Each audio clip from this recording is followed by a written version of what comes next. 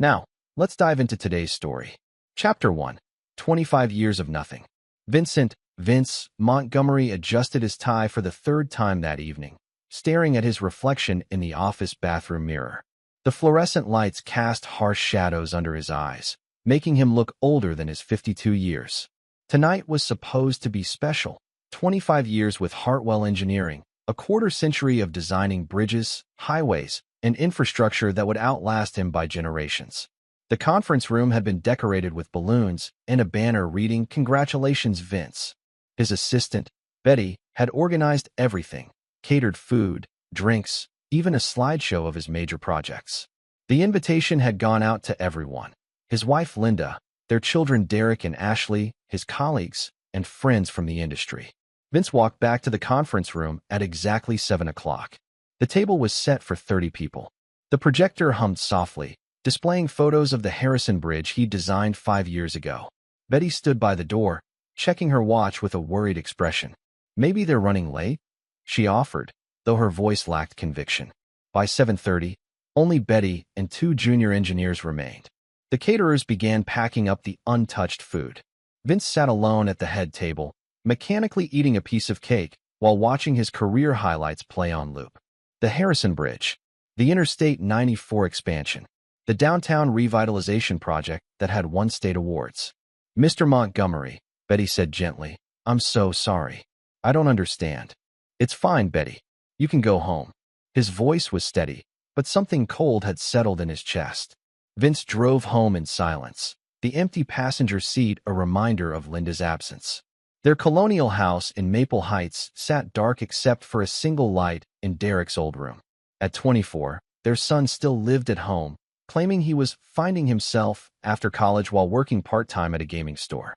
The front door was unlocked. Vince found Derek in the kitchen, raiding the refrigerator while talking loudly on his phone. "Can't believe the old man actually thought people would show up," Derek was saying, laughing. "Like anyone gives a shit about his boring job."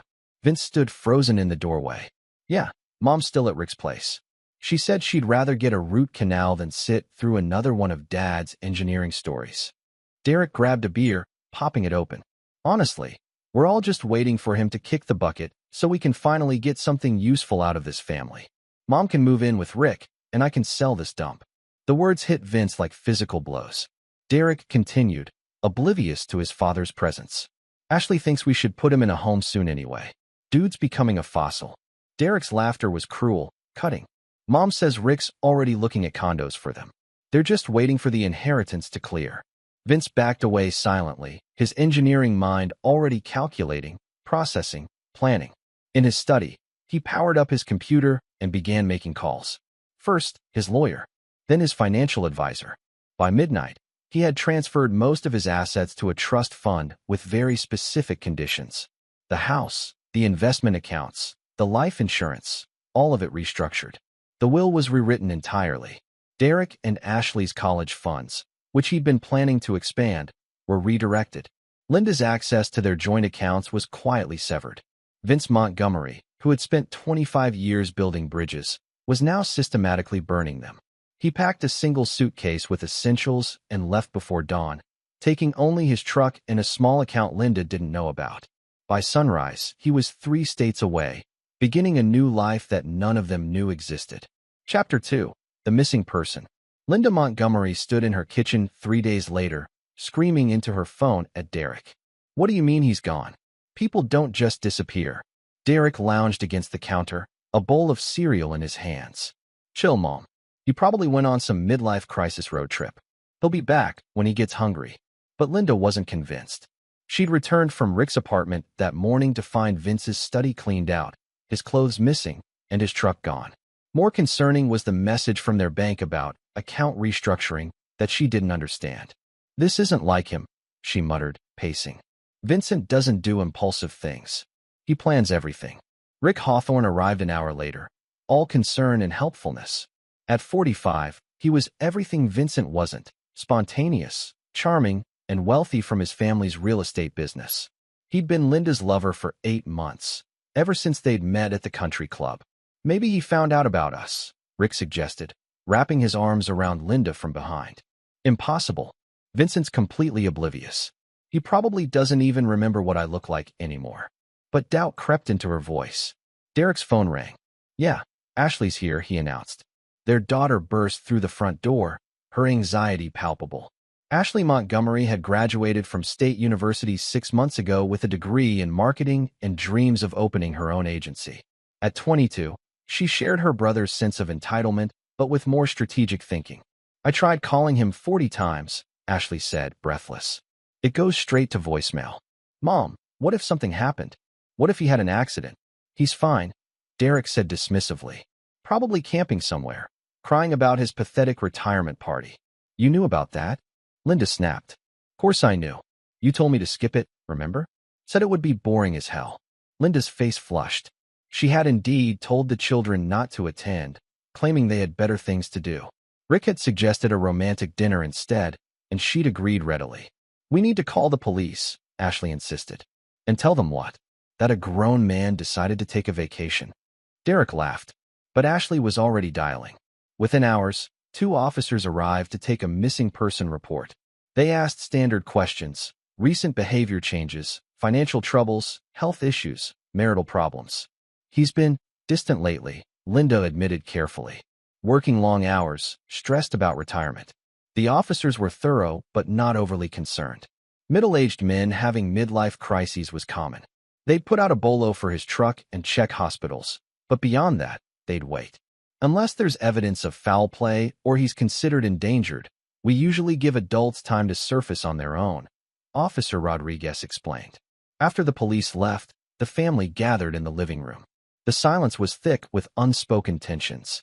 What if he doesn't come back? Ashley asked quietly. He will, Linda said, but her voice lacked conviction. Derek shrugged. If he doesn't, we inherit everything faster. Ashley shot him a disgusted look. That's horrible, Derek. What? I'm being practical. Dad's been checking out of this family for years anyway. Rick cleared his throat. Maybe we should consider that Vincent might have overheard something. People going through emotional stress sometimes make dramatic gestures. Linda felt ice in her veins. Like what? Like finding out his wife is having an affair. The room fell silent. Derek's spoon clattered against his bowl. He doesn't know, Linda whispered. Are you sure? Rick's voice was gentle but probing. Think about it, Linda. A man doesn't just vanish without reason. That night, as Linda lay alone in the bed she'd shared with Vincent for 26 years, she couldn't shake the feeling that she was missing something crucial. Vincent had always been methodical, calculated. If he was gone, it wasn't random. Somewhere, her husband was planning something. And Vincent Montgomery had never failed to complete a project once he started. Chapter 3: The Engineer's Blueprint. 400 miles away, Vincent sat in a small cabin he'd rented under a false name in the Appalachian Mountains. The space was sparse but functional, exactly what he needed for planning. His laptop screen displayed multiple windows, financial records, property searches, background checks, and detailed files on everyone who had betrayed him. The past week had been productive. Using contacts from 25 years in engineering, Vincent had quietly gathered intelligence on his family's true nature. What he discovered exceeded his worst expectations. Derek had been stealing money from Linda's purse for months, funding a gambling addiction that had cost him nearly $15,000. Ashley had been applying for jobs using Vincent's professional references without permission, claiming to be his business partner in emails to potential employers. And Linda's affair with Rick went back further than 8 months. Much further. Vincent opened a folder marked Hawthorne Research. Rick's family owned Hawthorne Properties, a successful business built on 3 generations of hard work. But Rick himself was the weak link, a man who'd never earned anything, content to live off family money while seducing married women. Vincent had found evidence of at least 2 other affairs in the past 5 years. More interesting was Rick's financial situation. Despite appearances, he was hemorrhaging money. Bad investments, expensive tastes, and a cocaine habit had left him nearly broke. He needed Linda's money, specifically Vincent's money, to maintain his lifestyle. Vincent's phone buzzed with a text from his private investigator, a former colleague named Tony Russo who'd left engineering for more lucrative work. Got what you wanted. Linda and Rick have been planning your accident for months. Found recordings in Rick's apartment. You need to hear this. The audio files Tony sent were devastating. Linda and Rick discussing Vincent's life insurance, his pension, how to make his death look natural. They'd researched everything from staged car accidents to medication tampering. $2 million in life insurance, plus the house, plus his retirement fund. Linda's voice was cold, calculating. We just need to be patient. I'm tired of waiting, Rick replied. The man's healthy as a horse. Could live another 30 years. Not if he has an accident. Vincent's always working on dangerous projects. Construction sites, bridge inspections, accidents happen. Vincent sat back, his hands trembling slightly. Not from fear, but from rage so pure it was almost cleansing. They hadn't just betrayed him, they'd planned his murder. He opened a new document on his laptop and began typing. The title read, Project Reckoning, Final Blueprint. Vincent had spent his career building things that lasted. Now he would engineer something different. The complete destruction of everyone who had betrayed him. Not through violence. That was crude, inelegant.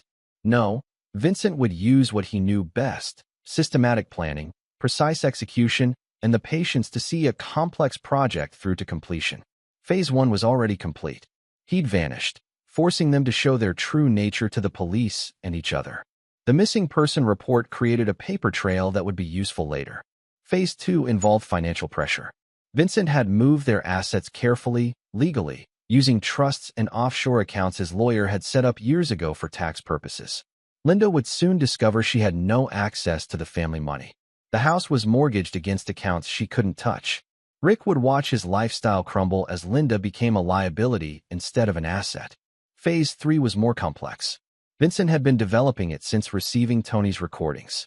It involved psychological warfare, legal maneuvering, and a few highly illegal activities that would destroy them professionally and personally. But first, he needed to surface again. Let them find him. Let them think they were in control. Vincent had learned long ago that the best traps were the ones your enemies walked into willingly. He picked up a burner phone and dialed 911. I'd like to report that I'm safe, he said when the dispatcher answered. My name is Vincent Montgomery. I believe my family filed a missing person report. Within an hour, police would track the call to a gas station 50 miles from his actual location. They'd find Vincent's truck abandoned there, along with a note claiming he needed time to think and would return soon. The message would reach Linda by evening. She'd be relieved, then worried, then angry as she realized Vincent was coming back with knowledge and a plan. Vincent smiled as he deleted the files from his laptop and began packing. The foundation of his revenge was laid. Now it was time to start building. Chapter 4. The Return. The police call came at 8:47 p.m. Officer Rodriguez's voice was professionally neutral but tinged with relief. Mrs. Montgomery? We've located your husband. He's safe and indicated he'll be returning home soon. Linda gripped the phone so tightly her knuckles went white. Where was he? Is he okay? What happened? He left a message at a gas station in Pennsylvania. Said he needed time to think and apologizes for any worry. We found his truck there, but he'd apparently caught a bus. These situations usually resolve themselves, ma'am. After hanging up, Linda stared at her reflection in the kitchen window. Something felt wrong. Vincent didn't catch buses. Vincent planned everything, researched everything, never made impulsive decisions. The man who spent 3 weeks choosing a new toaster didn't just disappear for a week on a whim. Rick emerged from the living room where he'd been watching television with Derek and Ashley. What did they say? He's coming back. Linda's voice was flat. They found his truck in Pennsylvania. Pennsylvania? Ashley looked confused. What's in Pennsylvania? Probably some engineering conference, Derek muttered, not looking up from his phone. Guy lives for that boring shit. Rick studied Linda's face carefully. You don't look relieved. I'm not. Linda began pacing again, a habit that had intensified over the past week. This isn't like Vincent. He's methodical. If he left, he had a reason. If he's coming back, he has a reason for that too. Maybe he just needed space, Ashley offered, but her voice lacked conviction. Space from what? Vincent loves his routine, loves his schedule. The only time he's ever been spontaneous was when he proposed, and even then he'd been planning it for 6 months. Rick moved closer, lowering his voice. Linda, what if he knows? The question hung in the air like a toxic cloud. Derek finally looked up from his phone, alert now to the conversation. Knows what? Derek asked. Linda and Rick exchanged glances. They'd been careful around the children, maintaining the fiction that Rick was just a family friend. But Derek wasn't stupid, and Ashley was even sharper. Nothing, Linda said quickly. Rick's just… Oh, come on, Derek interrupted, rolling his eyes. We're not blind. You two have been sneaking around for months. Dad probably figured it out. Ashley's face went pale. Mom? Is that true? Linda felt the family's carefully maintained facade crumbling. It's complicated. It's simple, Derek said with a harsh laugh. Mom's banging Rick, Dad found out. And now he's probably talking to lawyers. He looked directly at Rick. Hope you're ready to support her, because there goes the inheritance. Derek, Ashley snapped. Show some respect. Respect for what? The family that's been lying to each other for months? At least I'm honest about being a screw-up. Rick stepped forward, his businessman's charm kicking in. Look, everyone needs to calm down. We don't know what Vincent knows or doesn't know. When he comes back, we'll figure it out like adults. And if he does know? Ashley asked quietly. The question silenced the room. Vincent Montgomery wasn't known for dramatic confrontations or emotional outbursts, but he also wasn't known for forgiveness. In 26 years of marriage, Linda had never seen him let a grudge go. He held on to slights for years, methodically planning responses that were always proportional and devastatingly effective. He won't do anything crazy, Linda said, trying to convince herself as much as the others. Vincent's practical. He'll want to minimize damage, protect his reputation. Unless he doesn't care about his reputation anymore, Rick said thoughtfully. That night, Linda lay awake cataloging every conversation, every moment, every potential sign that Vincent knew about her affair. Had he installed cameras? Hired a private investigator? Was he building a case against her? The more she thought about it, the more terrified she became. Vincent Montgomery was the most patient, thorough person she'd ever known. If he was planning something, it would be comprehensive, devastating, and impossible to stop once it started. At 3 a.m., her phone buzzed with a text from an unknown number. Coming home tomorrow. We need to talk. V. Linda stared at the message until her eyes burned. The phrasing was classic Vincent, direct, efficient, ominous in its simplicity. She forwarded it to Rick, then spent the rest of the night staring at the ceiling, waiting for dawn and dreading it in equal measure. Meanwhile, 200 miles away, Vincent sat in a diner reviewing his final preparations. Tomorrow, he would return to the life he'd built and begin the careful process of watching it burn. But this time, he wouldn't be caught in the flames. This time, he was bringing the match. Chapter 5, The Gathering Storm. Vincent pulled into his driveway at exactly 2 p.m. the next afternoon, driving a rental car instead of his usual truck. He'd calculated the timing precisely, late enough that Derek would be awake, early enough that the family would be together for what he privately called the revelation. The house looked the same from the outside, but Vincent saw it differently now. Not as a home, but as a target.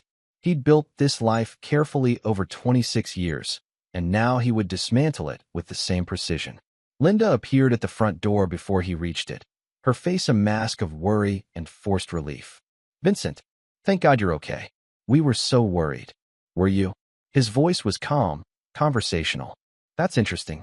Linda's expression faltered. Of course we were. The police, the missing person report. Yes, I heard about that. Very thorough of you. Vincent walked past her into the house, noting how she stepped back as if afraid of contact.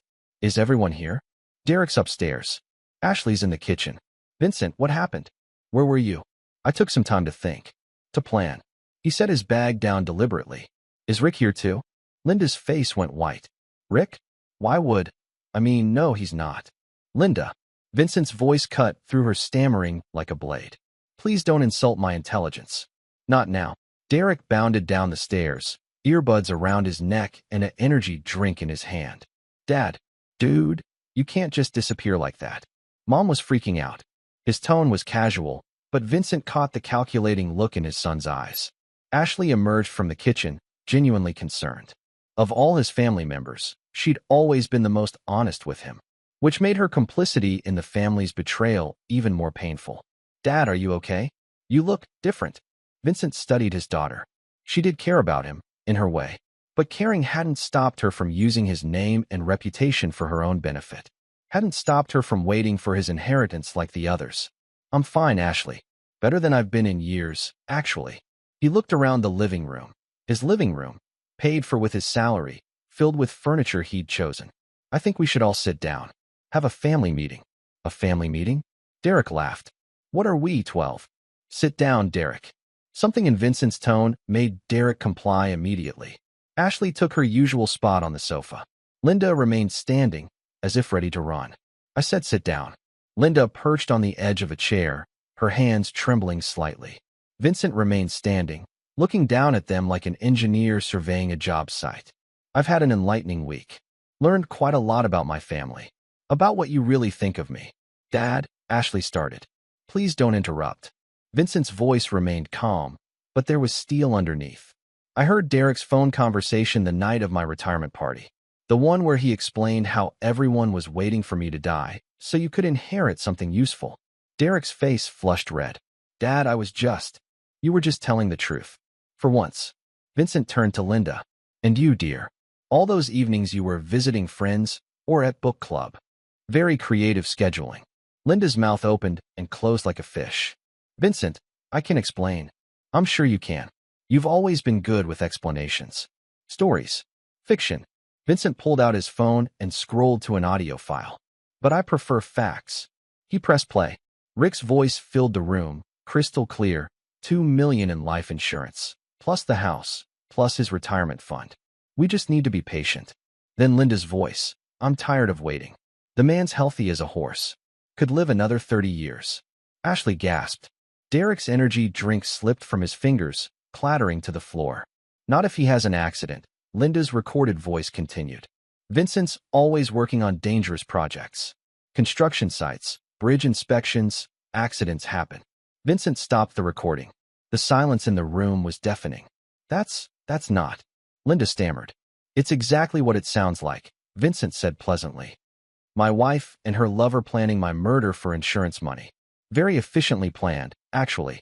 I'm almost impressed. Ashley was crying now, silent tears streaming down her face. Mom, how could you? Derek had gone completely pale. For the first time in years, he looked genuinely afraid. The recording is fake, Linda said desperately. Someone's trying to frame us. This is crazy, Vincent. You're having some kind of breakdown. Linda. Vincent's voice was gentle now, almost kind.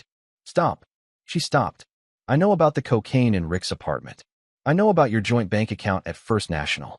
I know about the condo you've been looking at in Riverside. I know about Derek's gambling debts and Ashley's unauthorized use of my professional references. Vincent smiled, and it was terrifying.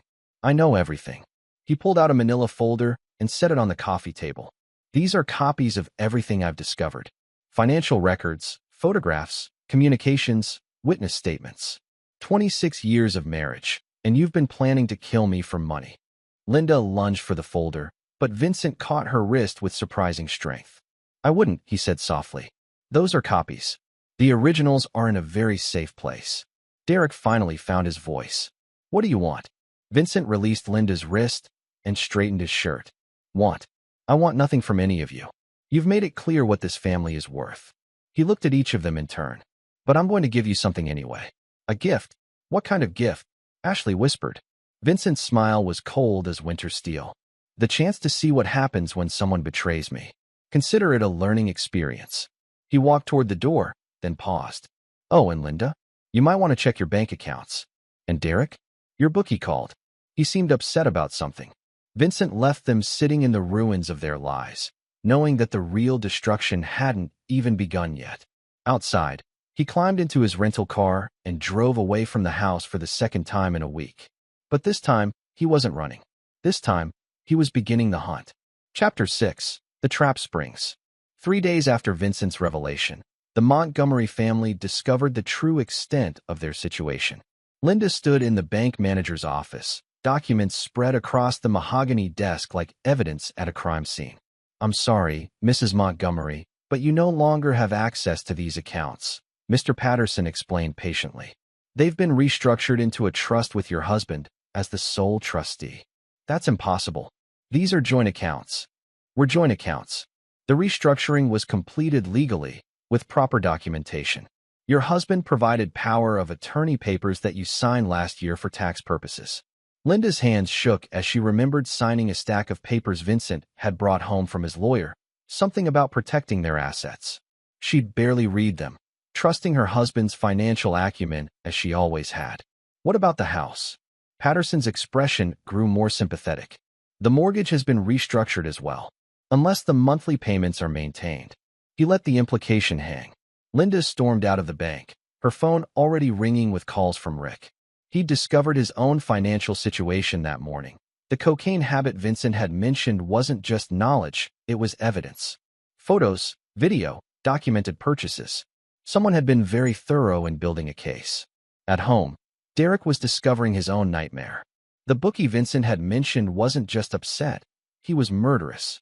Derek owed $17,000 to people who broke kneecaps for late payments, and somehow his debt had been bought by a private collection agency that operated with brutal efficiency.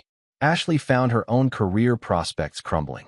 Every reference Vincent had provided over the years was being systematically retracted.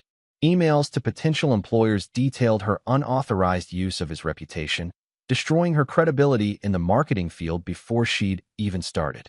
"He's trying to control us," Linda said that evening as the family gathered in their kitchen. The house felt different now, less like a home and more like a prison with the walls closing in. Rick had arrived an hour earlier, his usual confidence replaced by nervous energy. "It's worse than control. He's destroying us systematically." "But why?" Ashley asked, still unable to fully process her father's transformation.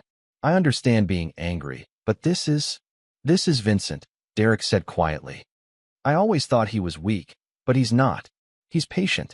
And now he's using everything he learned about patience and planning against us." Linda's phone buzzed with a text from an unknown number. "Conference room B at the Marriott downtown. 8 p.m. Come alone. V." She showed the message to the others. "Don't go," Rick said immediately. "It's obviously a trap." "Everything's a trap now," Linda replied bitterly.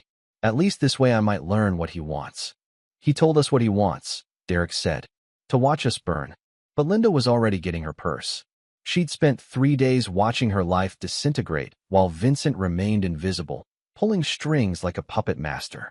She needed to face him, to understand what had happened to her methodical, predictable husband. The Marriott conference room was small and windowless, corporate neutral in the way of all hotel meeting spaces. Vincent sat at the far end of a rectangular table, a laptop open in front of him and a stack of folders arranged with military precision. He looked up when Linda entered, and she was struck again by how different he seemed.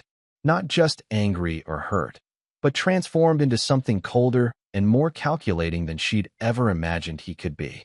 "Thank you for coming," he said politely, as if they were business associates rather than spouses of 26 years. "Vincent, please. We need to talk about this rationally." "Sit down, Linda." She sat, noting how he used her name like a weapon now, stripped of any affection or familiarity. "I've been thinking about our conversation the other day," Vincent continued conversationally. "About what you said to Derek on the phone. About waiting for me to die. I never meant. You meant exactly what you said. You've been planning my death for insurance money while sleeping with Rick Hawthorne and draining our accounts to fund his cocaine habit." Vincent opened one of the folders and slid a photograph across the table. "This was taken last Tuesday. You and Rick at the Riverside condo development, signing a lease for Unit 47B. Linda stared at the photo. She remembered that day. They'd been planning their future together, imagining life after Vincent's accident. "You're going to withdraw from that lease," Vincent said matter-of-factly. "You're going to end your relationship with Rick, and you're going to sign these documents." He pushed a thick stack of papers toward her. "What are they?" "Divorce papers. Very generous divorce papers, considering the circumstances. You keep the house if you can make the payments. You get half of one savings account, enough to live modestly if you're careful. Derek's debts disappear. Ashley's references are restored." Linda felt a flicker of hope. "And if I don't sign?" Vincent's smile was genuinely warm, which somehow made it more terrifying. "Then I release everything to the police, the media, and your respective employers. Rick goes to prison for cocaine possession and conspiracy to commit murder. Derek's bookie gets his current address and payment schedule. Ashley's unauthorized use of my professional credentials becomes a matter of public record. You can't prove conspiracy to commit murder from a private conversation. Perhaps not. but I can prove intent, opportunity, and financial motive. Combined with Rick's drug habit and history of financial problems, it builds a compelling case. Even if you avoid prison, the scandal destroys any chance either of you has at a normal life. Linda read through the divorce papers with growing despair. Vincent had been thorough. She would survive, but barely. No alimony, limited asset division, and strict conditions about contact with the children. Why are you doing this? We could work it out. Go to counseling. Vincent's laugh was sharp and bitter. Work it out? Linda, you plan to murder me. You spent months discussing the best way to make it look accidental. There's no counseling for that. People make mistakes when they're unhappy. Stop. Vincent's voice cut through her excuses like a blade. Don't diminish what you did by calling it a mistake. You made a calculated decision to end my life for money. The only mistake was getting caught. Linda signed the papers with trembling hands, her signature looking shaky and desperate on the official documents. What happens now? She asked when she finished. Vincent gathered the papers and slid them into his briefcase. Now you live with the consequences of your choices. The house payment is due in 2 weeks. Derek's new payment plan starts Monday. Ashley's job interviews are next week.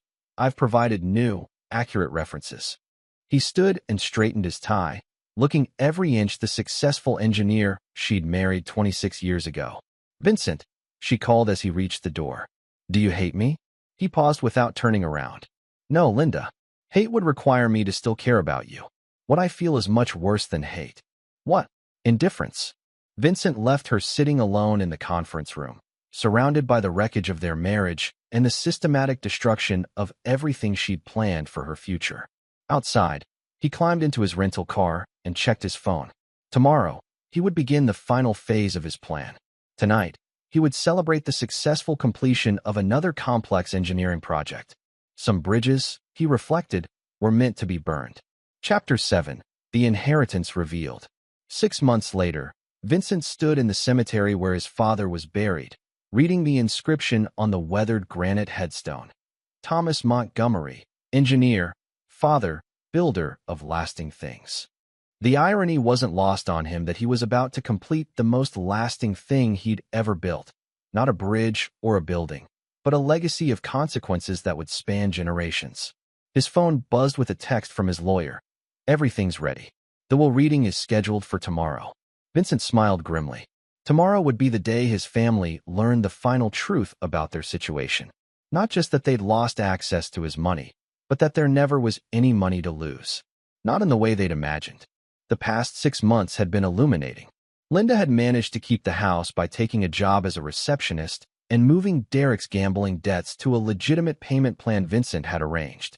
Rick had fled to Florida after Vincent's evidence reached his family's law firm, effectively ending the affair and destroying Rick's prospects in the family business. Ashley had found work at a small marketing firm, humbled but learning to rebuild her career honestly. Derek, however, had been the most interesting case study. Cut off from family money and faced with real consequences, he'd initially spiraled deeper into gambling and self-pity. But when the collectors Vincent had hired started making regular visits, Derek had found motivation he'd never possessed before.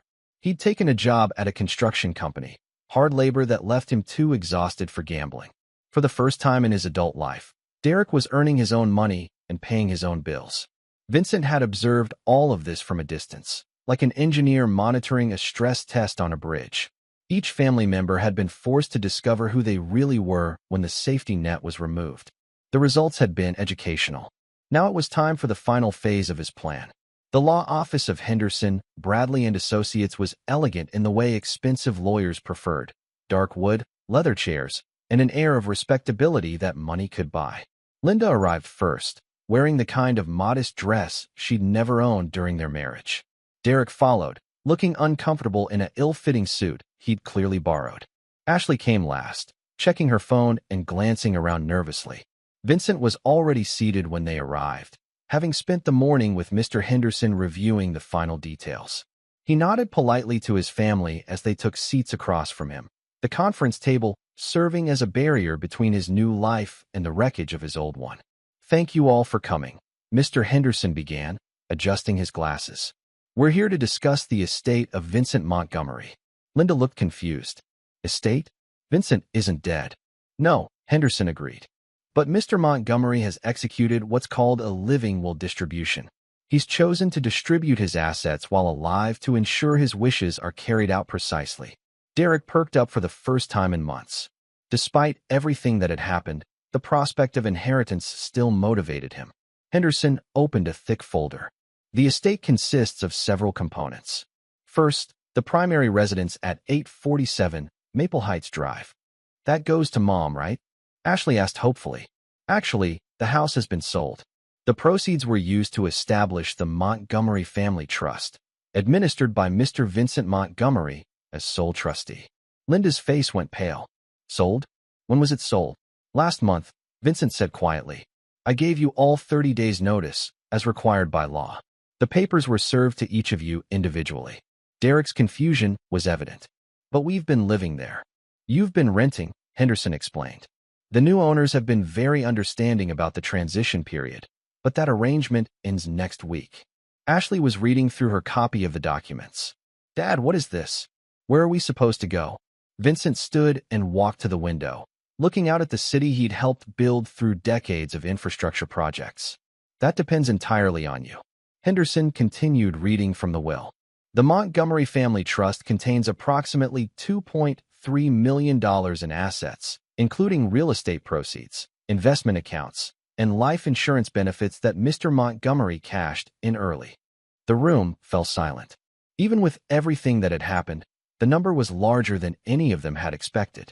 However, Henderson continued, access to these funds is conditional. Conditional on what? Derek demanded. Vincent turned back to face them. On whether you've learned anything from the past 6 months. He moved back to the table and opened his own folder. The trust is structured as a merit-based system. Each of you can earn access to portions of the money by meeting specific criteria over a 5-year period. What kind of criteria? Linda asked suspiciously. For Derek, maintain steady employment for 2 consecutive years, complete a certified addiction recovery program, and make full restitution to every person he's harmed through gambling debts. Upon completion, he receives $100,000 in eligibility for education funding. Derek's mouth fell open. That's impossible. I can't. You can, Vincent interrupted. You've already started. The construction job is a good beginning. For Ashley, build a legitimate career without using family connections or misrepresenting her background. Demonstrate integrity in all professional dealings for 3 consecutive years. Upon completion, she receives $150,000 in business startup funding. Ashley was crying quietly. Dad, I'm trying. I really am. I know. Your new employer speaks very highly of your work ethic. Vincent turned to Linda. For Linda, maintain financial independence without assistance from romantic partners or family members. Complete community service equivalent to the value of assets she attempted to steal through fraud. Upon completion, she receives $75,000 in healthcare coverage. And if we don't meet your conditions? Linda asked bitterly. Then the money goes to various charities I've selected. Primarily organizations that help families destroyed by gambling, adultery, and financial fraud. Henderson closed the folder. The trust also contains provisions for housing assistance, medical emergencies, and education expenses, but only for family members actively participating in the rehabilitation program Mr. Montgomery has outlined. Derek was staring at the table, processing the implications. So we get money if we become the people you wanted us to be. No, Vincent said firmly. You get money if you become the people you should have been all along. The people you chose not to be when you thought there would be no consequences. Ashley looked up through her tears. What about you, Dad? What do you get out of this? Vincent gathered his papers and stood. I get to watch my family either destroy itself completely or rebuild into something worth preserving. Either outcome tells me what I need to know. And then what? Linda asked. After 5 years, what happens to us? Vincent paused at the door. That depends entirely on who you choose to become. The money was never the real inheritance. The real inheritance is whether you learn to value something other than money. He left them sitting in the lawyer's office, faced with a choice that would define the rest of their lives. Outside, Vincent climbed into his car, no longer a rental, but a modest sedan he'd purchased with cash from his new consulting business.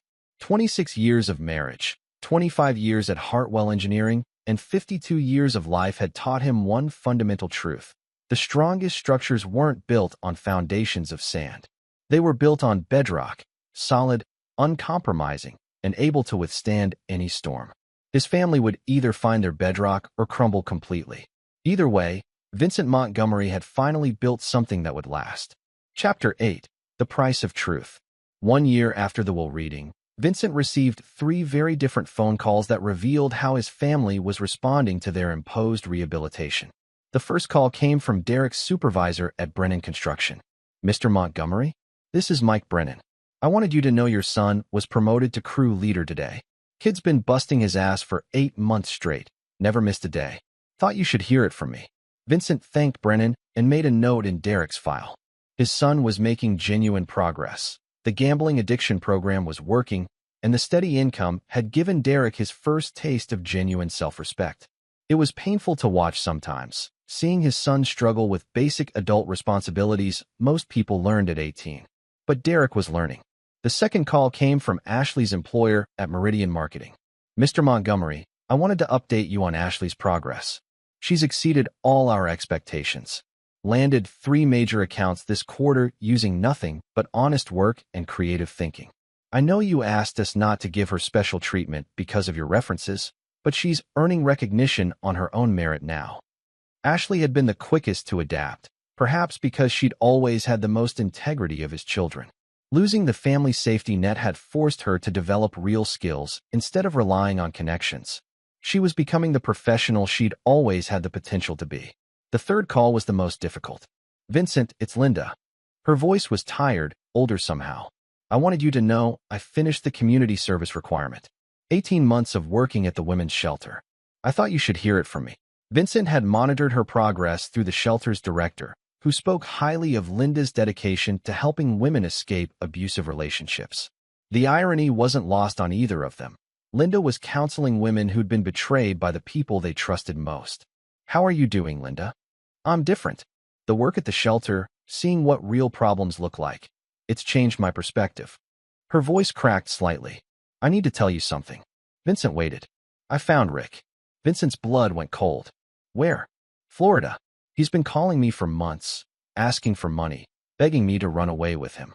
He's desperate, Vincent. The drug habit got worse after he lost everything." "What did you tell him?" "I told him the truth. That I destroyed our family for a man who was never worth destroying anything for. That I'm not the same person who planned to kill my husband for insurance money." Linda's voice was steady now, resigned. "He didn't take it well. Linda.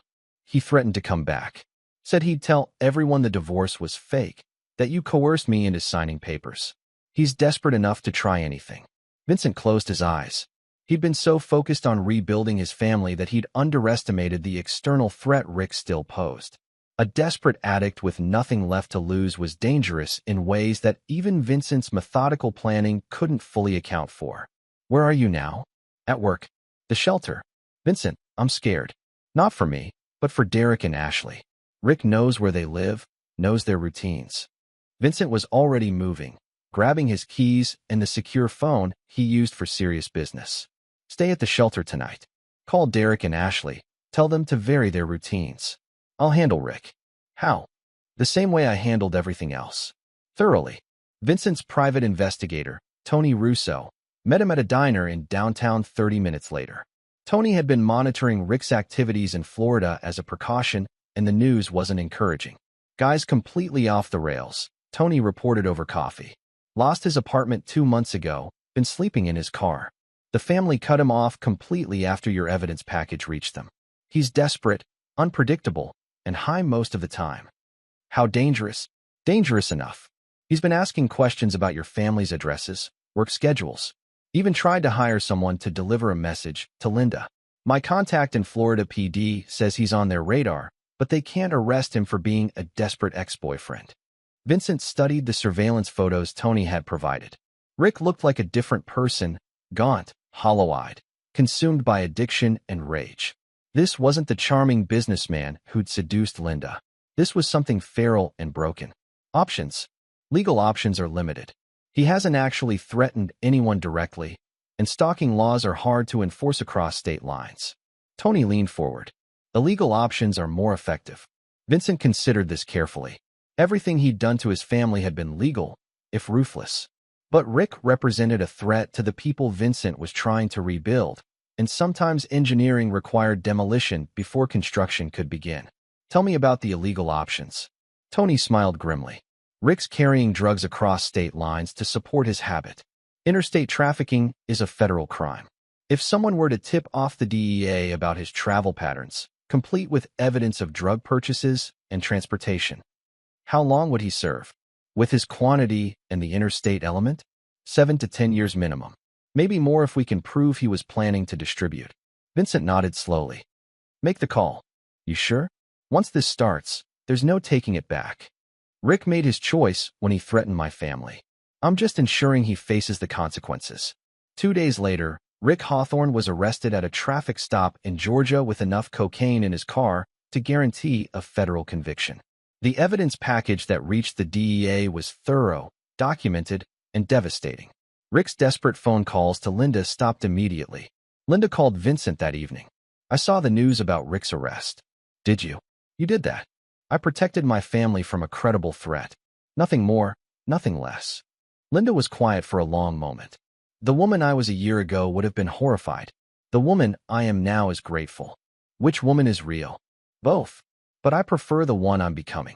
Vincent hung up and updated his files. Derek was 18 months away from his full inheritance eligibility. Ashley was 2 years away from hers. Linda was 3 years away from completing her requirements. Rick Hawthorne was 7 to 10 years away from threatening anyone again. Some problems, Vincent reflected, required engineering solutions. Others required permanent removal from the equation. The key was knowing which approach to use. Chapter 9. Bridges Built to Last. 5 years after Vincent Montgomery disappeared from his retirement party, he stood in the same cemetery where his father was buried. But this time, he wasn't alone. Derek stood beside him, wearing a hard hat and work clothes, having just finished his shift as a construction foreman. Ashley was on his other side, dressed in a business suit that marked her as the successful marketing executive she'd become. Linda stood slightly apart, respecting the distance that still existed between them, but present nonetheless. I never understood why you brought us here, Derek said, studying their grandfather's headstone. When we were kids, I mean. Because this is where everything started, Vincent replied.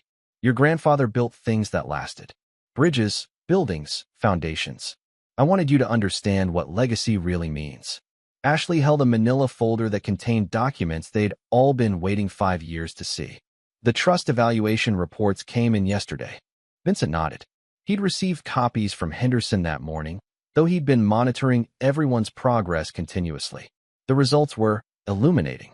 Derek had exceeded every requirement.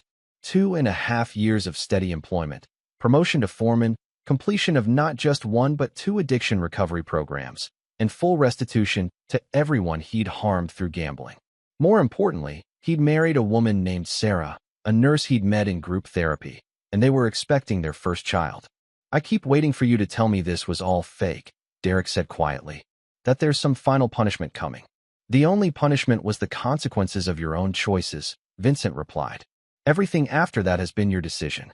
Ashley had built a legitimate career that surpassed anything she could have achieved through family connections.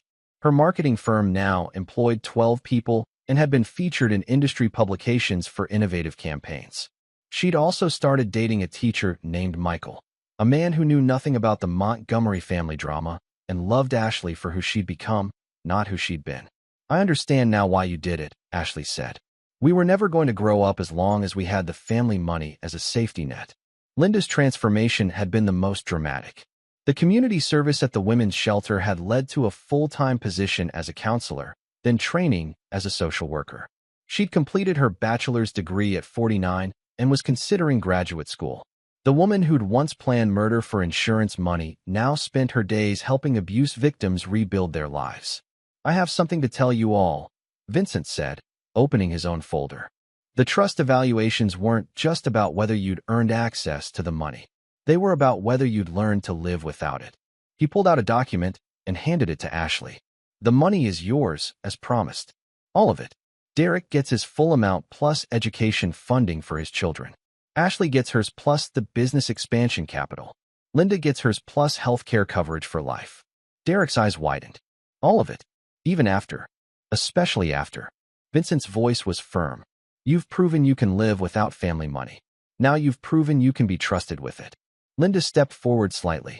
What about you, Vincent? What do you get? Vincent looked at each of them in turn. His son who'd learned integrity through hard work, his daughter who'd built success through honest effort, his ex-wife who'd found purpose in helping others heal from trauma similar to what she'd caused. I get a family worth having, he said simply. Ashley was reading through the documents, her expression growing surprised. Dad, according to this, you've been living on almost nothing for 5 years. A tiny apartment, basic expenses. Where did all your money go? Into the trust. Into monitoring your progress. Into ensuring you had support when you needed it and consequences when you didn't. Vincent pulled out another set of papers. And into this. He handed Derek a deed. Brennan Construction is expanding. They need a new partner with engineering expertise and someone who understands both the business and labor sides. Your name is on the partnership papers. Derek stared at the documents, his hands shaking slightly. Dad, I can't accept this. After everything I did. You can accept it because of everything you did after. Because you chose to change when change was hard. Ashley received her own surprise. Investment capital for a marketing firm expansion that would make her one of the youngest agency owners in the state. But more than that, she received something she'd never expected. A letter of recommendation from Vincent for the nonprofit board she'd been hoping to join. Linda's package was different. Instead of money, she received something more valuable. Legal documentation clearing her record of any association with the conspiracy charges that had destroyed Rick's life. Vincent had spent 2 years ensuring that Linda's transformation was legally protected, that her work at the shelter and her genuine rehabilitation were officially recognized. I don't understand, Linda said, tears streaming down her face. Why would you protect me after what I did? Because you became someone worth protecting. The woman who planned my murder is gone. The woman standing here now is someone I can respect, even if I can't love her the way I once did. Derek was studying his partnership papers with the intensity he'd once reserved for video games. Dad, why didn't you just forgive us? Take us back? Why the whole 5-year test? Vincent considered the question carefully. Because forgiveness without consequences isn't forgiveness, it's enabling. Real change requires real stakes. If I'd just given you money and lectures, you'd have learned nothing except that betrayal has no lasting cost. Ashley looked around the cemetery, understanding dawning in her eyes. This was never about money at all, was it? No. It was about whether the Montgomery family could be rebuilt on a foundation strong enough to last. Vincent touched his father's headstone gently. Your grandfather taught me that the strongest structures are the ones that can survive the worst possible stress tests. And did we? Derek asked. Survive the stress test? Vincent looked at his son, no longer the entitled boy who'd laughed about his father's death, but a man who'd earned his place in the world through honest work and genuine change. He looked at Ashley, who'd transformed from someone who used family connections into someone who built her own success. He looked at Linda, who'd found redemption through service to others. Yes, he said finally. You survived. More than that, you became people worth surviving for. As they walked away from the cemetery together, not as the broken family they'd been, but as individuals who'd learned to value something more than money, Vincent felt a satisfaction deeper than any engineering project had ever provided.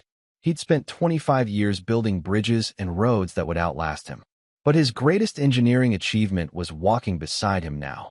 A family rebuilt from the ground up, tested under maximum stress, and designed to last for generations.